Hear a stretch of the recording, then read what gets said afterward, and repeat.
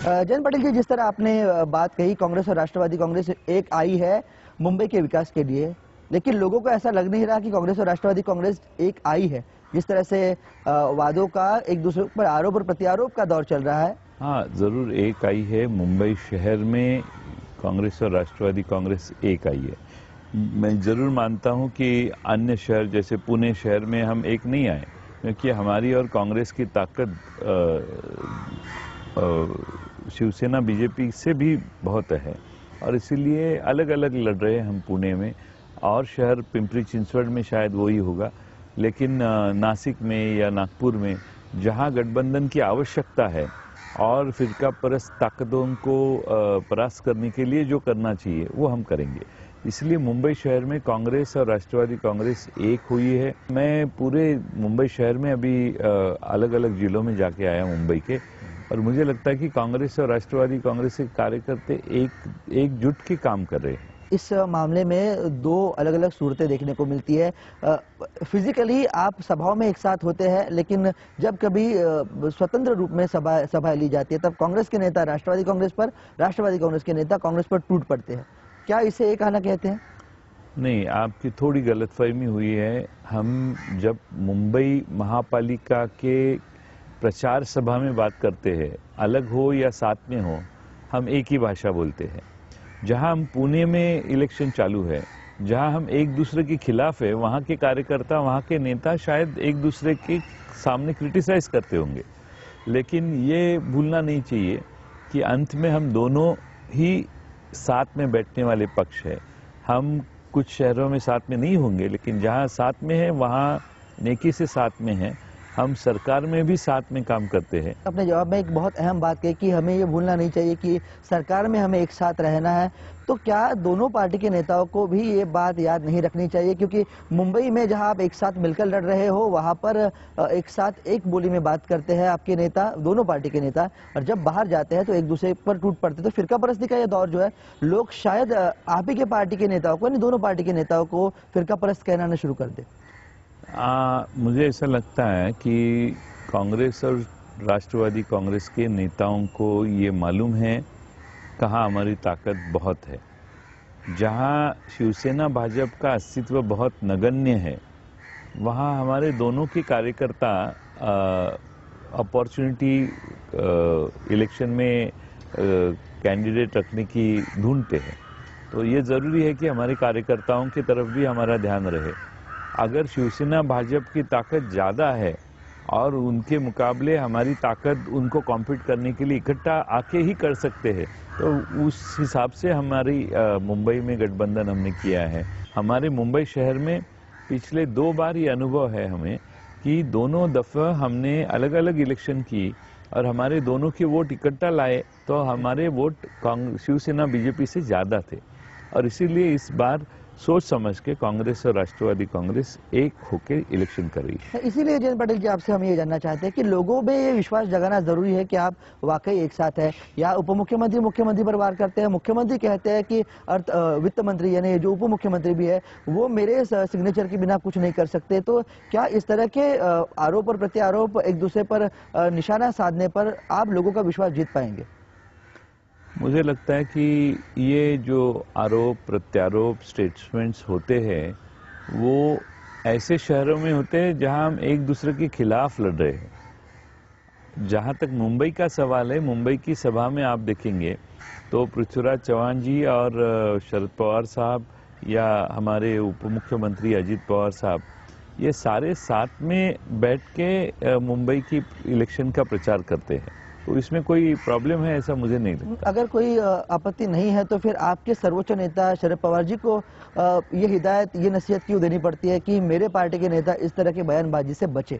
वो हमारे सबसे बड़े नेता है और बुजुर्ग है। उनकी सलाह हमारी पार्टी में सबसे अहम मानी जाती है, और मुझे लगता है कि कुछ कारण होंगे मुंबई के इलेक्शन के बारे में। जब वो बात करते हैं तब शायद वो ऐसे सलाह हमें सभी को दे दिए हैं उन्होंने। ये चर्चा को अगर मुंबई तक सीमित नहीं रखी जाए, मुंबई तक ही दायरे में नहीं रखी जाए, पूरे महाराष्ट्र का अगर विचार किया जाए, तो ये बात गलत है कि कांग्रेस और राष्ट्रवादी कांग्रेस के नेताओं में न सिर्फ मतभेद है, मनभेद भी है।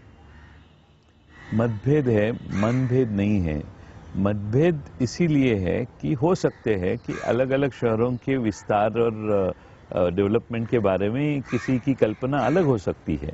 शायद हमारे अजीत पवार साहब पूना के बारे में अलग और बहुत कुछ ड्रीम करते होंगे।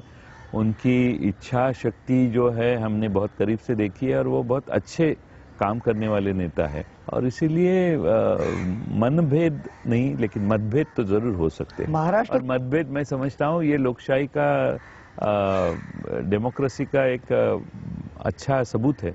बिल्कुल लोकतंत्र का अच्छा सबूत है, लेकिन सांगली और आसपास के इलाके में जब नेता होने की बात होती है, तब पतंगराव कदम हो, आर पाटिल हो, जयंत पाटिल हो, इन तीनों में बार बार एक दूसरे के साथ या तीनों में आपस में संघर्ष की बातें, संघर्ष की खबरें चलती रहती है। मैं आर पाटिल जी और पतंगराव जी कदम साहब, हम सारे बहुत अच्छे गहरे मित्र हैं एक दूसरे के, और जहाँ तक पार्टी का सवाल होता है तब तक आर पाटिल जी और मैं, हम साथ हैं। हम दोनों के एक दूसरे के बहुत करीब के मित्र हैं, और हम उस जिले में सांगली, जहाँ तक सांगली जिले का सवाल है, हम दोनों साथ में वहाँ काम करते हैं।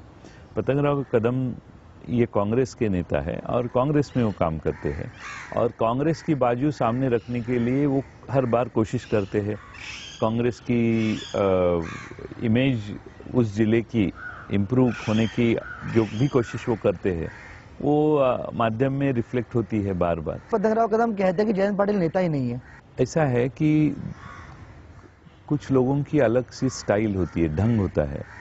दूसरे को नीचा दिखा के खुद बड़ा होने की भी कोशिश कुछ लोग कर सकते हैं।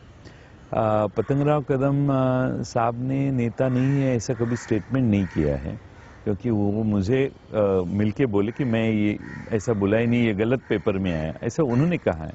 लेकिन वो तो चलते ही रहता है, कौन क्या बोला इसके ऊपर इमीडिएट रिएक्ट नहीं करना ये ठीक है। और जो भी वो बोलते हैं बार बार वो मुझे या मैं उनको फ़ोन करके पूछता हूँ, कंफर्म करता हूँ कि ये आपने कहा है क्या। अगर वो हाँ कहते हैं तो उसके ऊपर मैं रिएक्शन देता हूँ। सांगली का नक्शा बदल चुका है, और जिस तरह से अगर सांगली का बदल चुका है, मुंबई का भी बदल पाएंगे। सांगली शहर, सांगली जिले में अगर आप आएंगे तो सांगली शहर, तो वहाँ की म्यूनसिपैलिटी कॉरपोरेशन में एक महागाड़ी निर्माण करके वहाँ काम कर रहे हैं हम, और काफ़ी कुछ सुधार इस शहर में, करीबन पानी की समस्या, ड्रेनेज की समस्या, सारे समस्याओं का हल निकाल के हमारे काम चालू है। जहाँ तक जिले का सवाल है, जिले में शरद पवार साहब ने इनिशिएटिव लेके, अजीत पवार है, हमारे राम राज्य निम्बालकर है, इरिगेशन डिपार्टमेंट ने इतना बड़ा काम किया है कि वहाँ 3 मेजर इरिगेशन प्रोजेक्ट्स है, ताकारी, मैसाड़ और टेम्बू। उसके माध्यम से हजारों एकड़ जमीन इरिगेट हो गई है। खुले दिल से जानना चाहेंगे, सांगली में सबसे बड़ा नेता कौन है? ये तो लोग निर्णय करते हैं इसका, ऐसा ये ABC ऐसा नाम नहीं कर सकते, क्योंकि जिसका कंट्रोल ज़्यादा है, जिसके पास संस्थाएं है, जिसको लोगों की मान्यता है और जिसको लोग चाहते हैं, सबसे बड़ा ये है, और जिसके ऊपर ज़्यादा विश्वास लोगों का है, वो सबसे बड़ा नेता हो सकता है। लेकिन वो लोगों ने कहना चाहिए। वित्त मंत्री आप काफी समय तक रहे हो, राज्य के गृह मंत्री भी रहे हो, आपका नाम हमेशा चर्चा में होता है, लेकिन साथ ही साथ एक बात ये भी कही जाती है कि आपको हमेशा दरकिनार किया जाता है। ये समझने की कोशिश करनी चाहिए कि मैं, शरद पवार साहब ने मुझे कंटिन्यूअस 9 साल महाराष्ट्र के अर्थसंकल्प पेश करने का मौका दिया। उसके बाद में जब कुछ घटनाएं हुई मुंबई में, तब होम मिनिस्टर जैसा महत्वपूर्ण काम भी करने को दिया, और इलेक्शन के बाद ग्रामीण विकास का भी काम दिया। और इसको दरकिनार किया गया ऐसा बोल नहीं सकते, क्योंकि ग्राम विकास मंत्री हमारे अजीत पवार साहब भी थे, 5 साल आर पाटिल भी थे, यानी ग्राम विकास का काम ये कुछ कम काम है ऐसा मैं नहीं मानता हूँ। गृह मंत्रालय मिलने के बाद वो छीना जाना या फिर वो निकाला जाना, फिर एक बार ग्राम विकास मंत्रालय सौंपा जाना, आप नाराज थे, नाराजगी खत्म हो चुकी है? नहीं, देखो, मुझे होम मिनिस्ट्री इस हालत में दी गई थी कि जब आर पाटिल जी ने इस्तीफा दिया था, और जब वो चाहे उन्होंने कि जब मुझे वापस आना है, पवार साहब ने उनको कहा कि आप मिनिस्ट्री में आइए, तब ये तो नेचुरल है कि उनकी जगह वापस उनको दी गई। तो मुझे इसमें कुछ गलत नहीं लगता। आपके अनुभव क्षमता का उतना आदर नहीं हुआ माना जा रहा है? ऐसा लोगों में माना जाता है कि नहीं, मुझे मालूम नहीं, लेकिन हम एक टीम स्वरूप काम करते हैं। मेरा कुछ अनुभव होगा तो आर पाटिल जी का भी कुछ अनुभव है और अजीत पवार साहब का भी कुछ अनुभव है। हम साथ साथ मंत्री रहे हैं और कितने साल हम साथ में काम कर रहे हैं, तो कौन से डिपार्टमेंट में है इससे अनुभव का इस्तेमाल नहीं हुआ ये कहना ठीक नहीं है। हमारी एक टीम है और बहुत अच्छी काम करने वाली टीम है। दायित्व का जब सवाल आता है, मुंबई करो के दायित्व का सवाल, हम मुंबई में के किसी भी किसी भी वाहन का जब प्रयोग करते हैं, एक बात होती है कि आपको अपने रिस्क पर काम करना, पूरा सफर करना पड़ेगा। वो हिंदी वाला सफर इंग्लिश वाला सफर हो जाता है।